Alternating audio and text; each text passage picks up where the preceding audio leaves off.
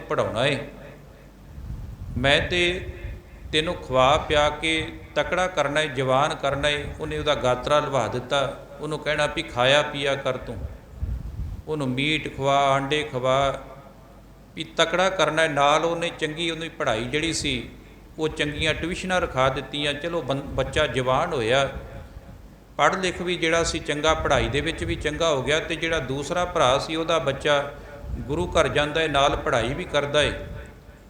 हुण ये बच्चा जिहड़ा सी ये घरों खर्चा खुला मिलता है, खाण पीण नूं खुला मिलता। प्यो ने कहना भी खाया पिया कर, तकड़ा हो, चंगा पढ़। जिथे नाल पढ़ाई दे विच चंगा डिग्रियां करदा, उत्थे जदों यूनीवर्सिटी दे विच गया, उत्थे कुछ विगड़े हुए बच्चियां दी संगत मिल गई। घरों पैसा खुला मिलदा सी, बच्चियां दे नाल रल के बाहर पब्बां क्लब्बां ते जाना शुरू कर दिता। फिर सहिजे सहिजे शराब पीनी शुरू कर दित्ती। फिर उस तो बाद समैक जिहड़ा सी हीरोइन वगैरह जिहड़े सी नशे लग गए। जदों नशियां दी दलदल दे विच फस गया, पहलां तो पता न लगा, जदों प्यो नूं पता लगा, उन्हें वेखिया, जदों उहदा पिछा कीता तो पता लगा भी पुत्त ते जिहड़ा नशे दी दलदल दे विच फस गया। हुण उन्हें की कीता भी अपने पुत्तर नूं जिहड़े नशे छडाऊ केंद्र सी उन्हां दे विच भर्ती कराया। उत्थे भर्ती करा के उन्होंने कहा भी जिन्ने भी पैसे लगन, पैसों की परवाह नहीं करनी, तुसीं मैनूं फोन कर दिओ, जिन्ने भी पैसे चाहिए मैं पैसे लैके आवांगा। कुछ पैसे उत्थे जमा भी कराया भी मेरा बच्चा नशियां तो हट जावे। कहते 10-15 दिन लंघे तो उन्हां दा फोन आ गया, जिथे नशा छडाऊ केंद्र दे विच उस बच्चे नूं भर्ती कराया सी। वो कहते भी फलाना सिंह बोलदा। कहण लगे हाँ। कहण लगे फिर इदां करो, छेती तुसीं इत्थे नशा छडाऊ केंद्र दे विच पहुँचो। वो कहंदा गल की? कहंदे गल कोई नहीं, तुसीं छेती आओ। उन्हें सोचा भी शायद हो सकता है भी मेरा पुत नशे करन तो हट गया होवे, क्योंकि पैसे उन्होंने दे के आया सी। हो सकता होर पैसे मंगदे होण, घरों होर पैसे जिहड़े सी लै लए।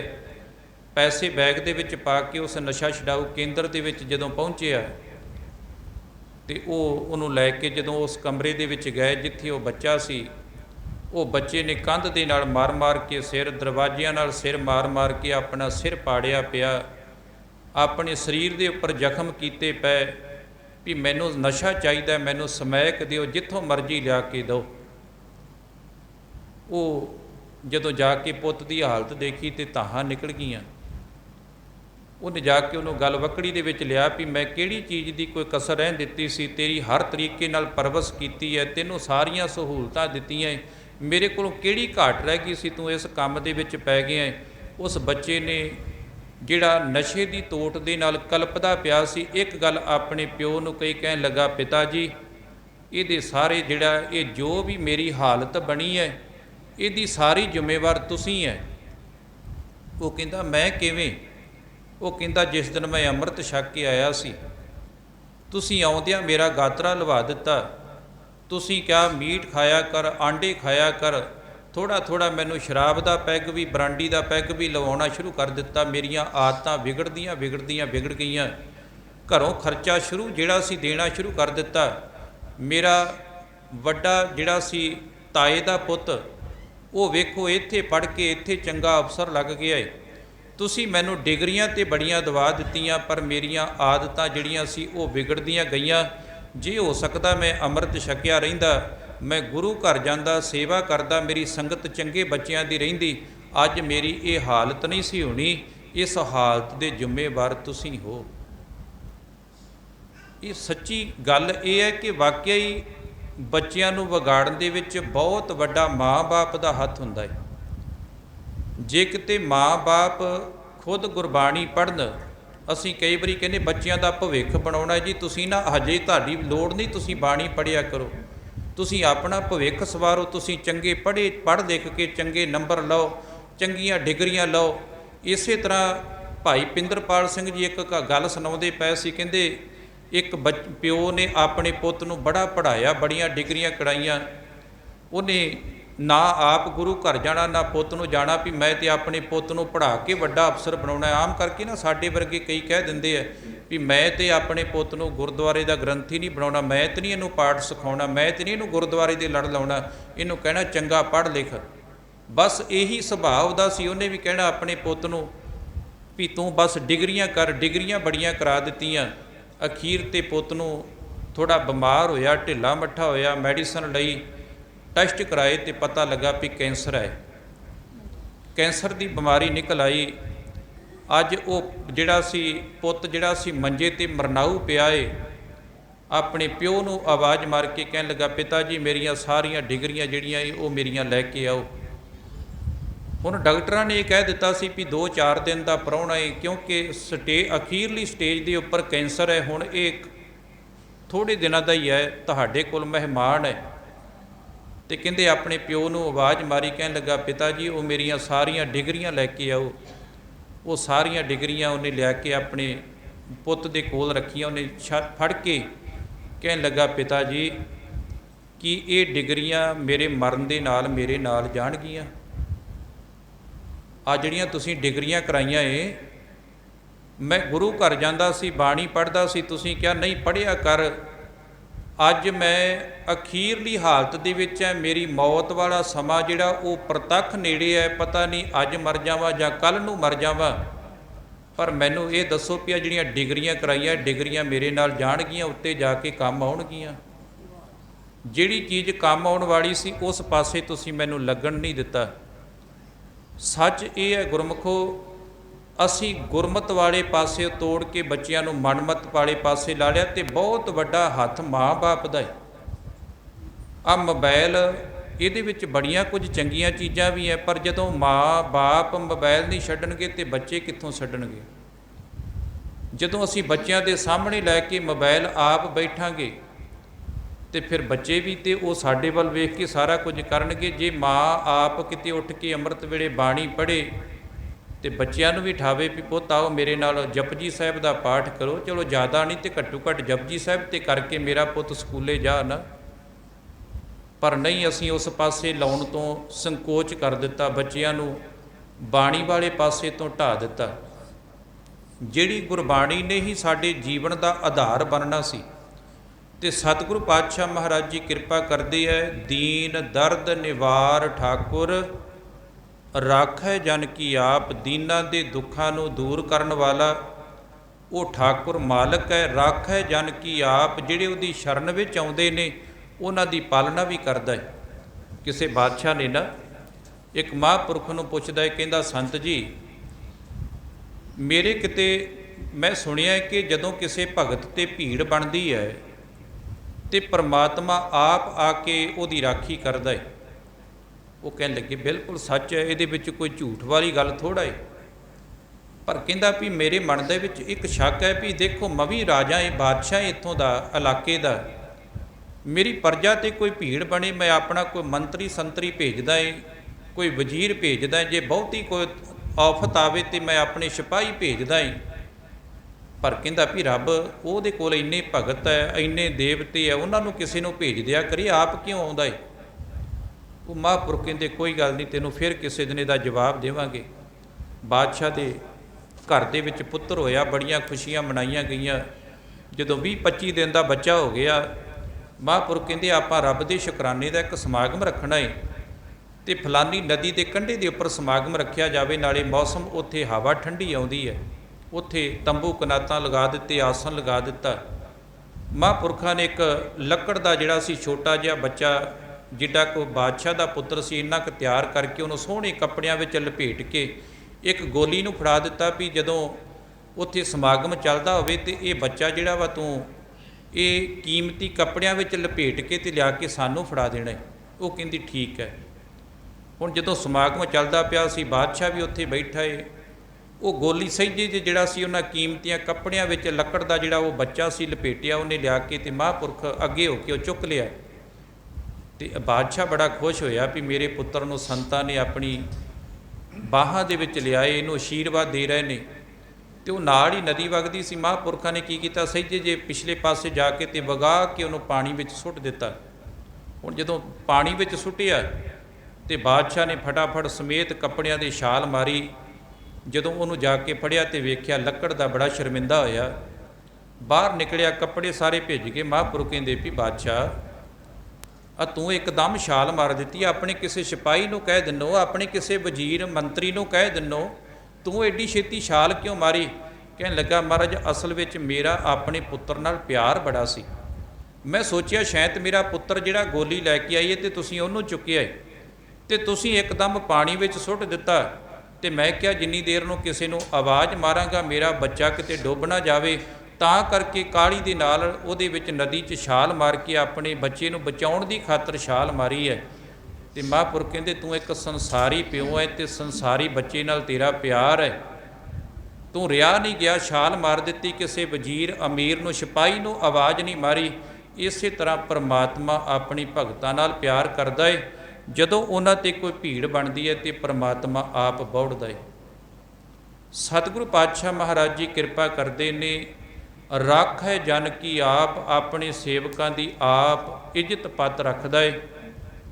ਤਾਰਨ ਤਾਰਨ ਹਰ ਨਿਧ, ਸੰਸਾਰ ਸਮੁੰਦਰ ਤੋਂ ਤਾਰਨ ਵਾਸਤੇ ਉਹ ਪਰਮਾਤਮਾ ਦਾ ਨਾਮ ਜਹਾਜ਼ ਹੈ। ਦੁੱਖ ਨਾ ਸਕੇ ਵਿਆਪ, ਤੇ ਜਿਹੜੇ ਉਹ ਗੁਣਾਂ ਦੇ ਖਜ਼ਾਨੇ ਦੇ ਨਾਲ ਸਾਂਝ ਪਾਉਂਦੇ ਨੇ, ਫਿਰ ਉਹਨਾਂ 'ਤੇ ਕੋਈ ਕਿਸੇ ਕਿਸਮ ਦਾ ਕੋਈ ਦੁੱਖ ਜਿਹੜਾ ਅਸਰ ਨਹੀਂ ਕਰਦਾ। ਤਿੰਨ ਤਰ੍ਹਾਂ ਦੇ ਦੁੱਖ ਨੇ, ਆਦ ਵਿਆਦ ਤੇ ਉਪਾਦ। ਆਦ ਦੀ ਆਪਾਂ ਗੱਲ ਕਰਦੇ ਸੀ ਕਿ ਜਿਵੇਂ ਮਾਨਸਿਕ ਚਿੰਤਾ ਹੁੰਦੀ ਹੈ, ਮਾਨਸਿਕ ਚਿੰਤਾ ਇਹ ਹੁੰਦੀ ਹੈ ਵੀ ਮੇਰੇ ਘਰ ਗਰੀਬੀ ਨਾ ਆ ਜਾਵੇ, ਮੇਰੇ ਬੱਚੇ ਸੈੱਟ ਹੋ ਜਾਣ, ਇਹ ਇੱਕ ਮਾਨਸਿਕ ਚਿੰਤਾ ਹੈ ਬੰਦੇ ਨੂੰ।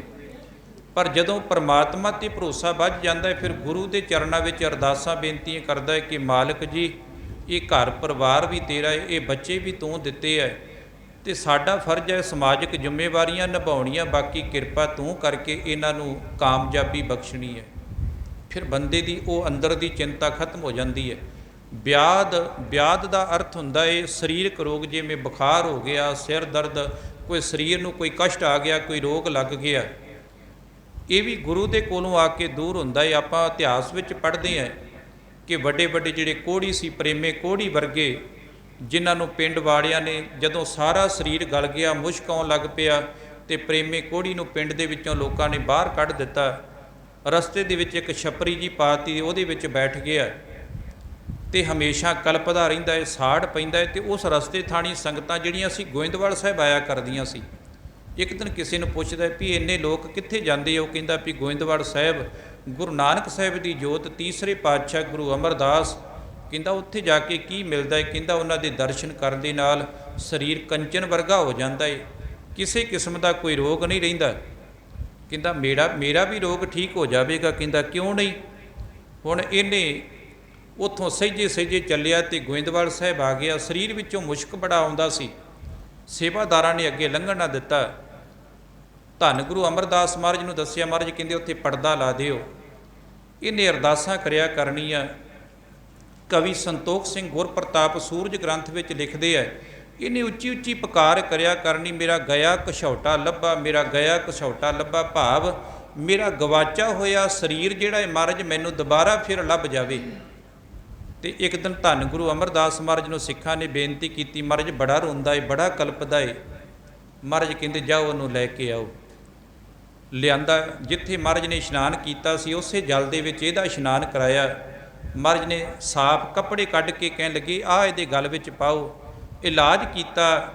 ਉਹ ਸੰਗਤ ਨੇ ਅਰਦਾਸ ਬੇਨਤੀ ਕੀਤੀ, ਗੁਰੂ ਅਮਰਦਾਸ ਜੀ ਦੀ ਕਿਰਪਾ ਦ੍ਰਿਸ਼ਟੀ ਪਈ, ਥੋੜ੍ਹੇ ਦਿਨਾਂ ਦੇ ਵਿੱਚ ਉਹਦਾ ਸਰੀਰ ਕੰਚਨ ਵਰਗਾ ਹੋ ਗਿਆ। ਜਦੋਂ ਤੰਦਰੁਸਤ ਹੋ ਗਿਆ ਨਾ, ਤੇ ਮਹਾਰਾਜ ਕਹਿੰਦੇ ਭਾਈ ਕੋਈ ਆਪਣੀ ਬੱਚੀ ਦਾ ਰਿਸ਼ਤਾ ਕਰ ਦੇਵੇ ਇਹਨੂੰ। ਤੇ ਕਹਿੰਦੇ ਉੱਥੇ ਸਿੰਘਾਂ ਉਪਲ ਦੇ ਨਾਮ ਦਾ ਇੱਕ ਸਿੱਖ ਸੀ, ਜਿਹੜਾ ਗੋਇੰਦਵਾਲ ਸਾਹਿਬ ਦੇ ਨਜ਼ਦੀਕ ਰਹਿਣ ਵਾਲਾ। ਉਹ ਧੀ ਉਹਦੀ ਜਵਾਨ ਸੀ, ਘਰੇ ਜਾ ਕੇ ਆਪਣੀ ਬੱਚੀ ਨੂੰ ਉਹਦੀ ਮਾਂ ਤੋਂ ਚੋਰੀ ਲੈ ਆਇਆ। ਜਦੋਂ ਚੋਰੀ ਲੈ ਆਂਦਾ ਤੇ ਉਹਨੂੰ ਆ ਕੇ ਕਹਿੰਦਾ ਮਹਾਰਾਜ ਮੇਰੀ ਬੱਚੀ ਹਾਜ਼ਰ ਹੈ।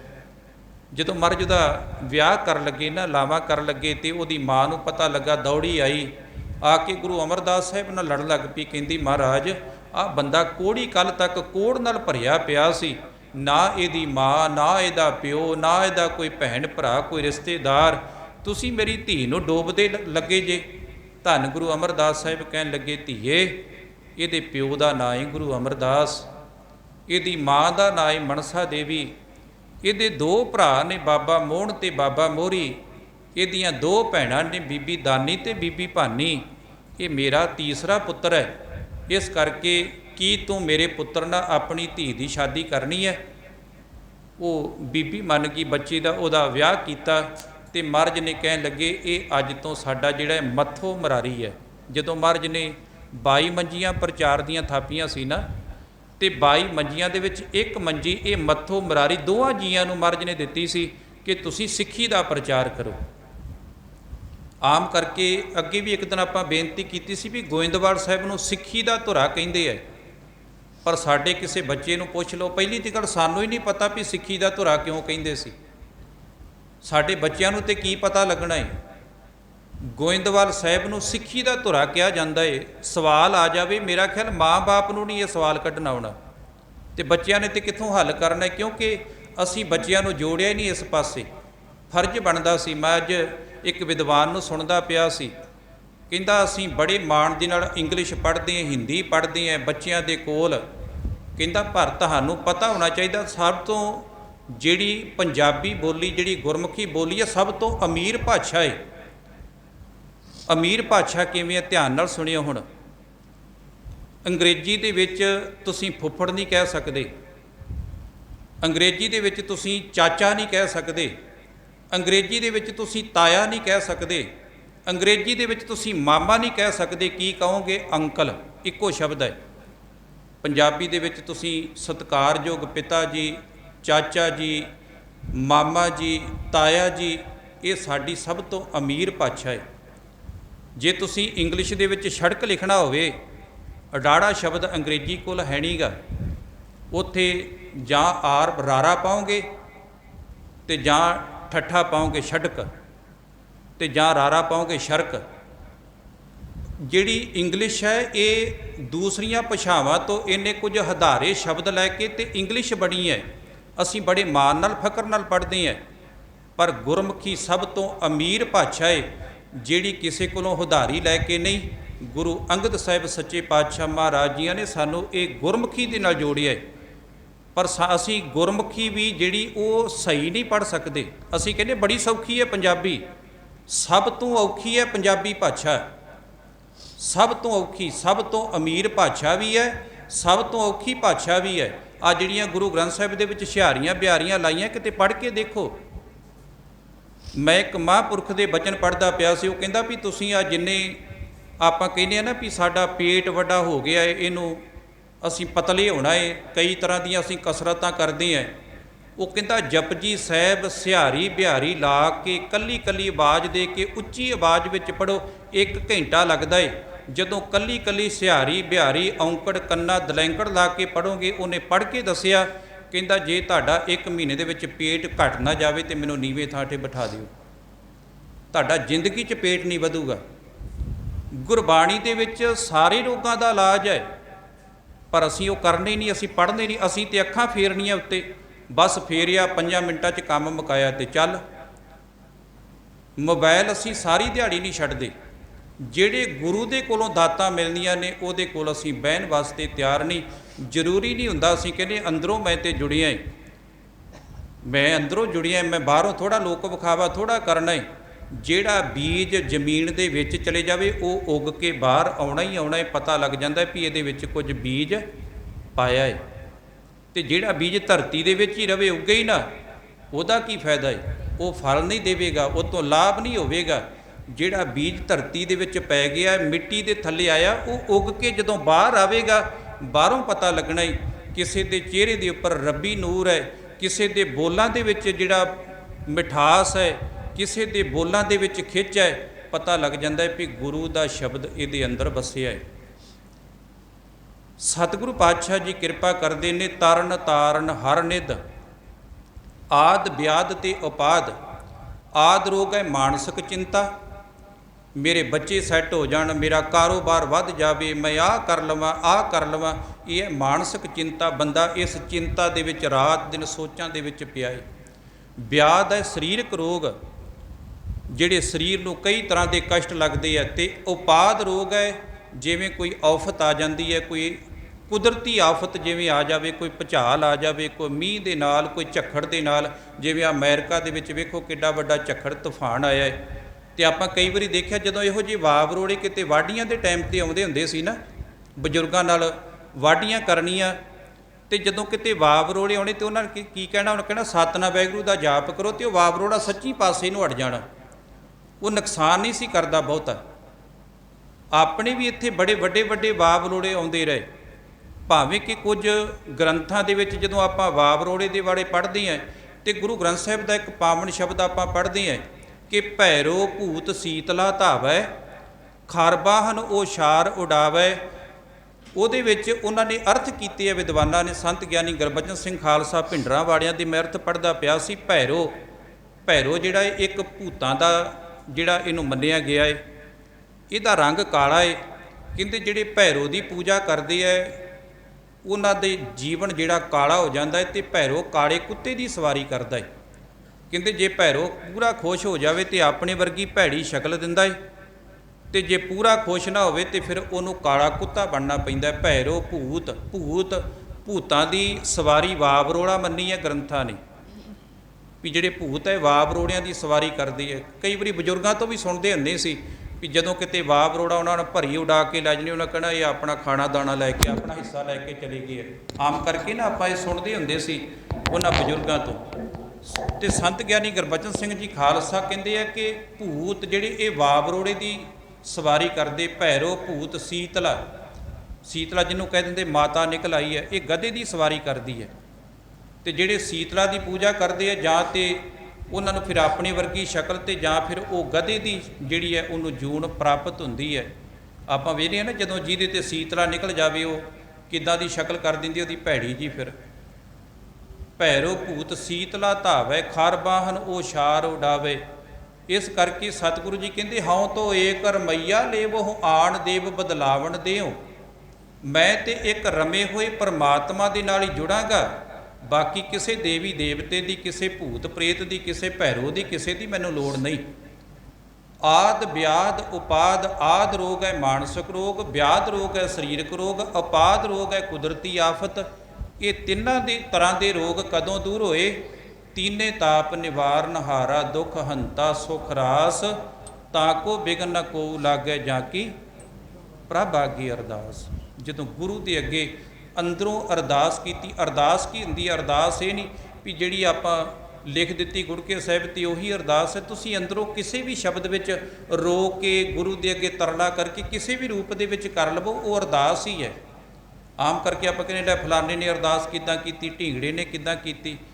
ਕੋਈ ਬੱਚਾ ਸੀ ਨਾ, ਕਹਿੰਦੇ ਭੇਡਾਂ ਬੱਕਰੀਆਂ ਚਾਰਨ ਵਾਲਾ, ਉਹਦੇ ਕੰਨਾਂ ਦੇ ਵਿੱਚ ਆਵਾਜ਼ ਪਈ, ਖੁਦਾ ਤੇਰਾ ਕੋਈ ਮਾਂ ਬਾਪ ਨਹੀਂ। ਉਹ ਬੱਚਾ ਭੇਡਾਂ ਬੱਕਰੀਆਂ ਚਾਰਨ ਵਾਲਾ ਕਹਿੰਦਾ ਵਾਹ ਖੁਦਾ ਤੇਰਾ ਵੀ ਮਾਂ ਬਾਪ ਨਹੀਂ ਤੇ ਮੇਰਾ ਵੀ ਮਾਂ ਬਾਪ ਕੋਈ ਨਹੀਂ। ਛੋਟੇ ਹੁੰਦਿਆਂ ਮਰ ਗਏ ਤੇ ਉਹਨੂੰ ਪਤਾ ਨਹੀਂ ਸੀ ਵੀ ਮਾਂ ਬਾਪ ਦਾ। ਕਹਿੰਦਾ ਖੁਦਾ ਤੇਰਾ ਵੀ ਮਾਂ ਬਾਪ ਨਹੀਂ, ਹੋ ਸਕਦਾ ਮਰ ਗਏ ਹੁਣ, ਮੇਰਾ ਵੀ ਨਹੀਂ। ਫਿਰ ਉਹ ਮੁੱਲਾ ਨੇ ਪੜ੍ਹਿਆ, ਕਹਿੰਦਾ ਖੁਦਾ ਤੇਰਾ ਕੋਈ ਘਰ ਨਹੀਂ। ਉਹ ਭੇਡਾਂ ਬੱਕਰੀਆਂ ਵਾਲਾ ਚਾਰਨ ਵਾਲਾ ਕਹਿੰਦਾ ਖੁਦਾ ਮੇਰਾ ਵੀ ਘਰ ਕੋਈ ਨਹੀਂ, ਮੈਂ ਵੀ ਜੰਗਲ ਵਿੱਚ ਹੀ ਰਹਿੰਦਾ। ਤੇ ਕਹਿੰਦਾ ਖੁਦਾ ਤੇਰਾ ਕੋਈ ਚਾਚਾ ਤਾਇਆ ਨਹੀਂ, ਤੇਰਾ ਕੋਈ ਪਰਿਵਾਰ ਨਹੀਂ। ਉਹ ਭੇਡਾਂ ਬੱਕਰੀਆਂ ਵਾਲਾ ਚਾਰਨ ਵਾਲਾ ਕਹਿੰਦਾ ਮੇਰਾ ਵੀ ਕੋਈ ਚਾਚਾ ਤਾਇਆ ਨਹੀਂ, ਰਿਸ਼ਤੇਦਾਰ ਮੇਰਾ ਵੀ ਕੋਈ ਨਹੀਂ। ਕਹਿੰਦਾ ਖੁਦਾ ਇੰਨਾ ਕੁ ਦੱਸਿਆ ਇਹ ਮੁੱਲਾ ਨੇ ਵੀ ਤੇਰਾ ਮਾਂ ਬਾਪ ਨਹੀਂ, ਤੇਰਾ ਕੋਈ ਘਰ ਨਹੀਂ, ਤੇਰਾ ਕੋਈ ਚਾਚਾ ਤਾਇਆ ਨਹੀਂ, ਪਰ ਬਾਕੀ ਨਹੀਂ ਕੁਝ ਵੀ ਦੱਸਿਆ। ਬਾਕੀ ਮੈਂ ਤੈਨੂੰ ਦੱਸਦਾ ਏ, ਪਤਾ ਨਹੀਂ ਤੇਰੇ ਕੋਲ ਭੇਡਾਂ ਬੱਕਰੀਆਂ ਹੈਗੀਆਂ ਕਿ ਨਹੀਂ ਹੈਗੀਆਂ, ਪਰ ਮੇਰੇ ਕੋਲ ਹੈਗੀਆਂ ਏ। ਤੂੰ ਮੇਰੇ ਕੋਲ ਆ ਜਾ, ਮੈਂ ਤੈਨੂੰ ਦੁੱਧ ਪਿਆਇਆ ਕਰਾਂਗਾ। ਕਹਿੰਦਾ ਪਤਾ ਨਹੀਂ ਤੈਨੂੰ, ਤੇਰੇ ਬਾਰੇ ਮੈਨੂੰ ਪਤਾ ਨਹੀਂ, ਪਰ ਮੈਨੂੰ ਪਤਾ ਹੈ ਜੇ ਮੈਂ ਸਿਰ ਦੇ ਵਿੱਚ ਜੂਆਂ ਪੈ ਜਾਣ ਮੈਂ ਬੜੀ ਛੇਤੀ ਕੱਢਦਾ ਏ। ਬੱਚਾ ਸੀ ਛੋਟਾ ਅਣਜਾਣ, ਕਹਿੰਦਾ ਜੇ ਕਿਤੇ ਖੁਦਾ ਤੇਰੇ ਸਿਰ ਵਿੱਚ ਜੂਆਂ ਪੈ ਗਈਆਂ ਤੇ ਮੈਂ ਕੱਢ ਦਿਆ ਕਰਾਂਗਾ। ਕਹਿੰਦੇ ਮੂਸਾ ਪੈਗੰਬਰ ਕੋਲ ਦੀ ਲੰਘ ਰਿਹਾ ਸੀ, ਉਹਦੇ ਕੰਨਾਂ ਵਿੱਚ ਆਵਾਜ਼ ਪਈ, ਫਾੜ ਕਰਕੇ ਚਪੇੜ ਮਾਰੀ ਉਹਦੇ ਕੰਨ ਦੇ ਉੱਪਰ। ਕਹਿੰਦਾ ਖੁਦਾ ਇੱਦਾਂ ਦਾ ਉਹਦੇ ਸਿਰ ਵਿੱਚ ਜੂਆਂ ਪੈਂਦੀਆਂ? ਖੁਦਾ ਤੇਰੀਆਂ ਭੇਡਾਂ ਬੱਕਰੀਆਂ ਦਾ ਦੁੱਧ ਪੀਵੇਗਾ, ਉਹ ਕਾਇਨਾਤ ਦਾ ਮਾਲਕ ਹੈ। ਉਹ ਰੋ ਪਿਆ, ਕਹਿੰਦਾ ਮੈਨੂੰ ਪਤਾ ਨਹੀਂ ਸੀ। ਕਹਿੰਦਾ ਖੁਦਾ ਤੇਰੇ ਨਾਂ ਤੇ ਚਪੇੜਾਂ ਵੀ ਵੱਜਦੀਆਂ, ਮੈਨੂੰ ਨਹੀਂ ਸੀ ਪਤਾ। ਰੋ ਪਿਆ। ਮੂਸਾ ਪੈਗੰਬਰ ਕੋਹੇ ਨੂਰ ਪਹਾੜ ਦੇ ਉੱਪਰ ਬੈਠ ਕੇ ਰੱਬ ਦੀ ਇਬਾਦਤ ਖੁਦਾ ਦੀ ਕਰਿਆ ਕਰਦਾ ਸੀ। ਅੱਗੇ ਜਦੋਂ ਪਹਾੜ ਦੇ ਉੱਪਰ ਕੋਹੇ ਨੂਰ ਪਹਾੜ ਤੇ ਬੈਠਣਾ ਤੇ ਸੁਰਤ ਜੁੜ ਜਿਆ ਕਰਨੀ, ਅੱਜ ਮੂਸੇ ਪੈਗੰਬਰ ਦੀ ਸੁਰਤ ਨਹੀਂ ਜੁੜਦੀ। ਕਹਿਣ ਲੱਗਾ ਖੁਦਾ ਅੱਜ ਕੀ ਹੋ ਗਿਆ ਏ?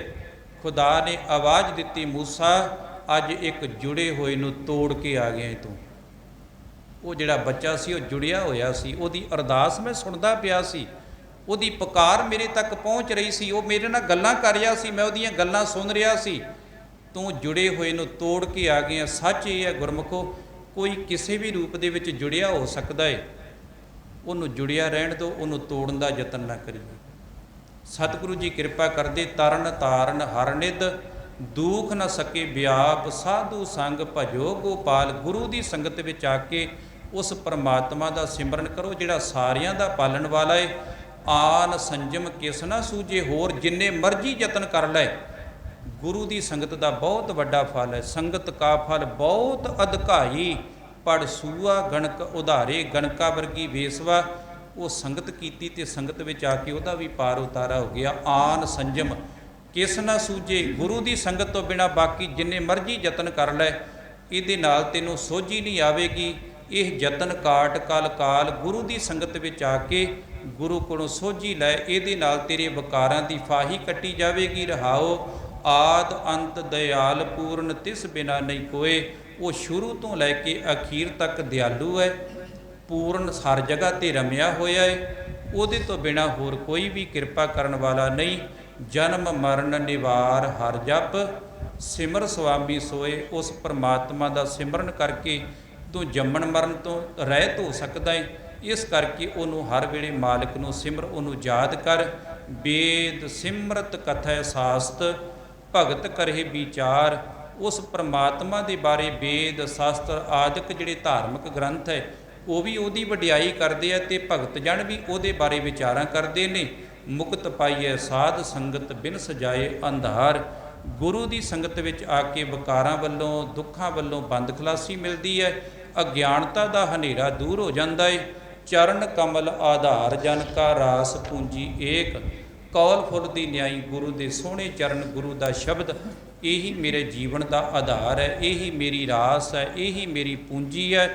ਤਾਨ ਮਾਣ ਦੀਵਾਨ ਸਾਚਾ ਮਾਲਕ ਜੀ, ਮੈਨੂੰ ਤੇਰਾ ਤਾਣ, ਤੇਰੇ ਬਲ ਤੇ ਮੈਨੂੰ ਮਾਣ ਹੈ। ਤੂੰ ਹੀ ਮੇਰਾ ਮਾਣ ਰੱਖਣ ਵਾਲਾ ਹੈ, ਤੇ ਤੇਰਾ ਹੀ ਸਭ ਤੋਂ ਉੱਚਾ ਦਰਬਾਰ ਹੈ। ਤੇਰੇ ਅੱਗੇ ਕੀਤੀ ਹੋਈ ਪੁਕਾਰ ਕਦੇ ਬਿਰਥੀ ਨਹੀਂ ਜਾਂਦੀ। ਨਾਨਕ ਕੀ ਪ੍ਰਭ ਟੇਕ, ਇਸ ਕਰਕੇ ਮੈਨੂੰ ਤੇਰਾ ਹੀ ਆਸਰਾ, ਤੇਰੀ ਟੇਕ ਹੈ। ਤਿਸ ਸਾਹਿਬ ਕੀ ਟੇਕ, ਨਾਨਕ ਮੰਨੈ ਮਾਹੇ। ਜਿਸ ਸਿਮਰਤ ਸੁਖ ਹੋਏ, ਸਗਲੇ ਦੁੱਖ ਜਾਏ। ਤੂੰ ਸਾਰੇ ਦੁੱਖਾਂ ਨੂੰ ਨਾਸ ਕਰਨ ਵਾਲਾ ਹੈ। ਇਹ ਧੰਨ ਗੁਰੂ ਅਰਜਨ ਸਾਹਿਬ ਮਹਾਰਾਜ ਜੀ ਨੇ ਤਰਸ ਕੀਤਾ ਸਾਡੇ ਤੇ। ਸਤਿਗੁਰੂ ਜੀ ਰਹਿਮਤ ਕਰਨ, ਆਪਣੇ ਚਰਨਾਂ ਦਾ ਪਿਆਰ, ਗੁਰਸਿੱਖੀ ਵਾਲੇ ਜੀਵਨ ਬਖਸ਼ਣ। ਸਾਨੂੰ ਜੀਵਨ ਜਾਚ ਆ ਜਾਵੇ, ਸਾਡੇ ਅੰਦਰ ਦੇ ਕਲੇਸ਼ ਗੁਰੂ ਸਾਹਿਬ ਕਿਰਪਾ ਕਰਕੇ ਖਤਮ ਕਰ ਦੇਣ। ਸੁੱਧ ਬਾਣੀ ਪੜ੍ਹਨ ਦੀ ਜਾਚ ਆ ਜਾਵੇ, ਆਪਣੇ ਚਰਨਾਂ ਦਾ ਪਿਆਰ ਬਖਸ਼ਣ, ਜਿਸ ਸਦਕਾ ਇਹ ਲੋਕ ਸੁਖੀਏ ਪਰਲੋਕ ਸੁਹੇਲੇ। ਨਾਨਕ ਹਰ ਪ੍ਰਭ ਆਪੇ ਮੇਲੇ। ਵਾਹਿਗੁਰੂ ਜੀ ਕਾ ਖਾਲਸਾ, ਵਾਹਿਗੁਰੂ ਜੀ ਕੀ ਫਤਿਹ। ਸਤਨਾਮ ਵਾਹਿਗੁਰੂ।